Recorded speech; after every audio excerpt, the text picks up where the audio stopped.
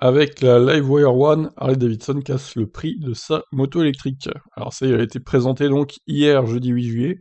Reprenant en grande partie des codes esthétiques de la première Livewire, ça c'est pas étonnant, celle-ci se distingue par un prix bien plus abordable que sa devancière. Ça c'est une bonne nouvelle. Bien conscient du problème, le constructeur américain corrige le tir avec la nouvelle Livewire One, une moto électrique dont le style et les caractéristiques correspondent en grande partie à ceux de la Livewire d'origine. La différence, la plus notable vient du prix, alors que la première Livewire était facturée quasiment 30 000 $ sur le marché américain, cette nouvelle mouture est accessible dès 22 000 $. Donc quasiment 8 000 de baisse, c'est pas mal quand même. Le prix pour le marché français n'est pas encore connu, mais on imagine la moto tourner autour de 25 000 € contre 33 900 pour la Livewire actuellement proposée par Harley. Ouais, 26-27 peut-être, à voir. Ça serait déjà bien. En matière de caractéristiques et de performance, la Livewire One est quasi identique au modèle d'origine, cumulant 15,5 kWh de capacité, la batterie autorise jusqu'à 235 km en cycle urbain.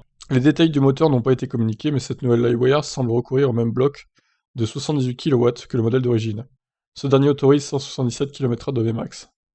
Au niveau de la recharge, la Livewire combine un dispositif de charge en courant alternatif et en courant continu. Utilisé pour la charge rapide, celle-ci autorise une charge de 0 à 80% en 45 minutes environ.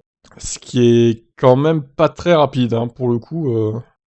Là, on est sur du 16 ou 17 kW en puissance, quoi, en gros, quoi. La puissance doit être similaire à la capacité de batterie, en fait. Autour de 16-17.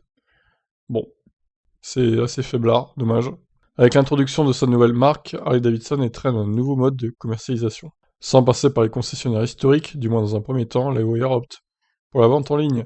Celle-ci n'est pour l'instant ouverte que dans 3 États américains, Californie, Texas et New York. L'ouverture à d'autres États américains n'interviendra qu'à partir de l'automne.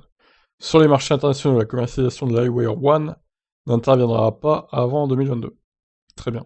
Bon ben voilà, on a les grandes lignes de la future Livewire One, qui devrait arriver donc en 2022 en France, à un prix beaucoup moins cher que l'actuel Harley-Davidson Livewire. Vu qu'il y a une baisse de 8 000 $ aux États-Unis, je pense qu'on peut tabler sur une baisse de 6 ou 7 000 € en France, donc ouais, ça la mettrait vers 26 000, je pense. Ce qui est quand même un peu plus correct, même si ça reste un peu cher quand même. Donc voilà, je vous laisse me donner votre avis sur cette moto électrique. Bye bye.